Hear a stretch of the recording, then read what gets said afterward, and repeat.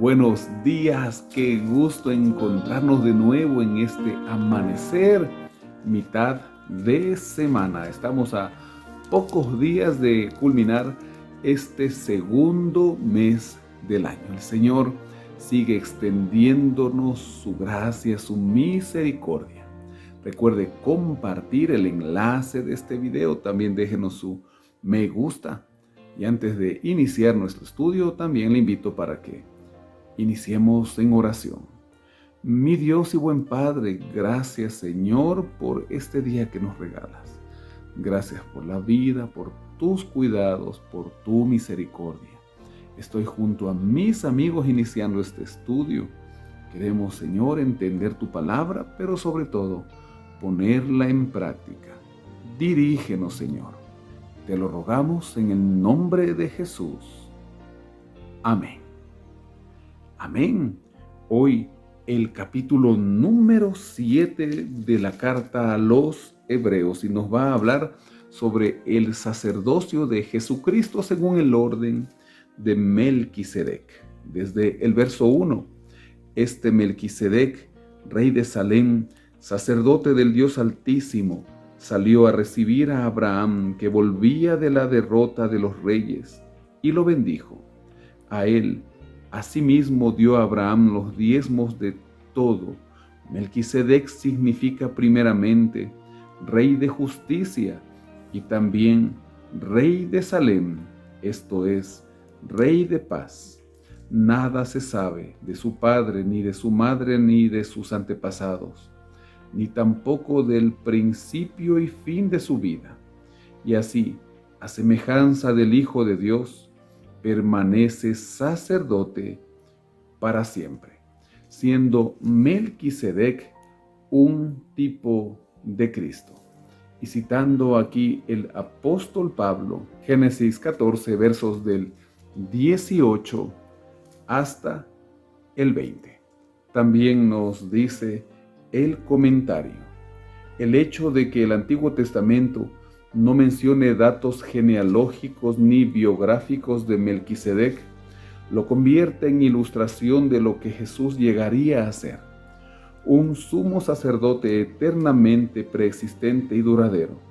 La traducción literal es sin padre ni fin de vida, pero no es el argumento del autor que Melquisedec sea un ser divino. El relato en Génesis 14 hace que el personaje de Melquisedec se asemeje al futuro Hijo de Dios, del mismo modo que los sacrificios del Antiguo Testamento se asemejaban al futuro sacrificio de Jesús. Verso 4. Considerad pues cuán grande era este, a quien aún Abraham, el patriarca, dio diezmos del botín.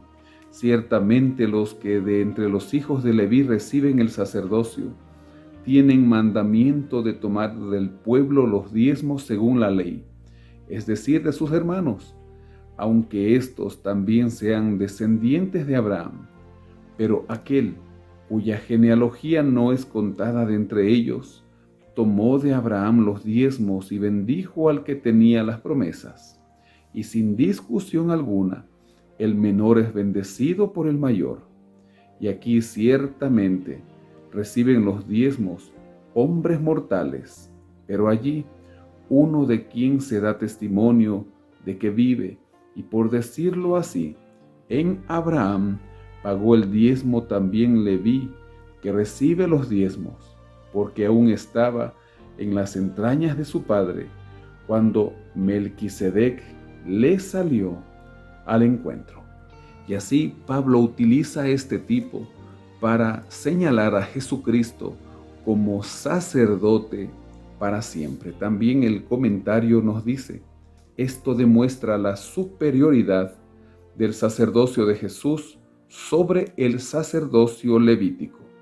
Abraham representa también a todos los creyentes y la relación que debieran mantener con Cristo. Verso número 11. Si pues la perfección fuera por el sacerdocio levítico, bajo el cual recibió el pueblo la ley, ¿qué necesidad habría aún de que se levantara otro sacerdote según el orden de Melquisedec, y que no fuera llamado según el orden de Aarón, pues cambiado el sacerdocio, necesario es que haya también cambio de ley.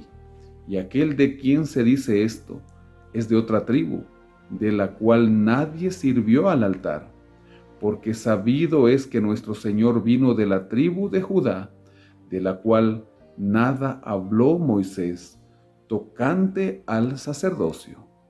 Y esto es aún más evidente si a semejanza de Melquisedec se levanta un sacerdote distinto, no constituido conforme a la ley meramente humana, sino según el poder de una vida indestructible. Pues se da testimonio de él: tú eres sacerdote para siempre, según el orden de Melquisedec.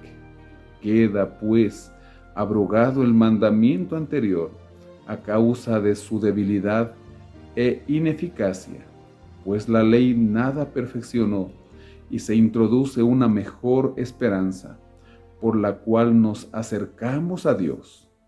Y esto no fue hecho sin juramento, porque los otros ciertamente sin juramento fueron hechos sacerdotes, pero éste con el juramento del que le dijo: juró el Señor, y no se arrepentirá, tú eres sacerdote para siempre, según el orden de Melquisedec. Citando aquí el apóstol el Salmo 110, verso número 4, y también nos habla de un cambio de ley. ¿A qué se refiere?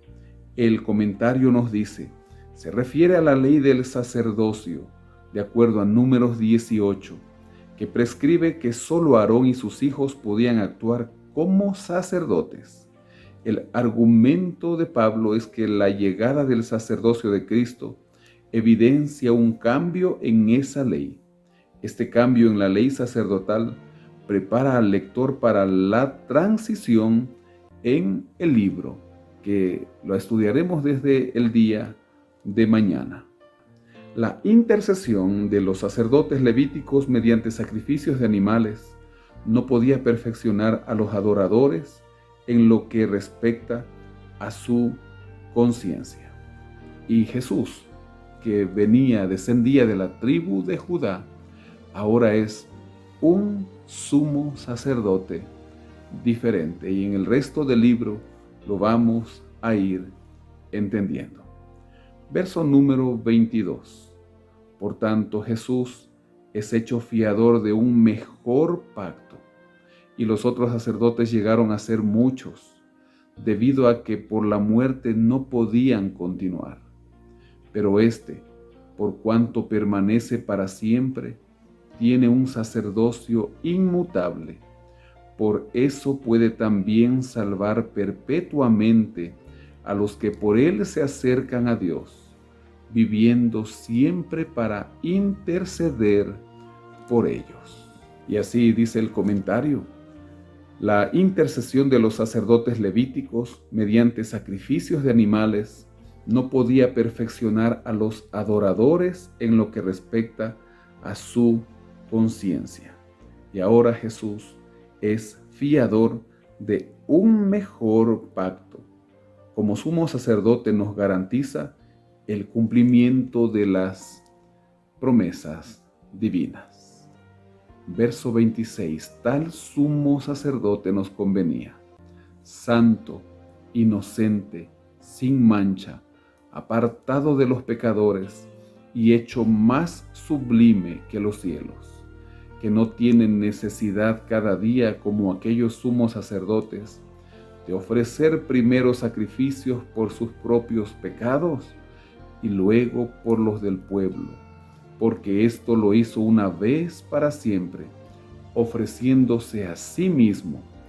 La ley constituye sumos sacerdotes a hombres débiles, pero la palabra del juramento, posterior a la ley, constituye al Hijo hecho perfecto para siempre.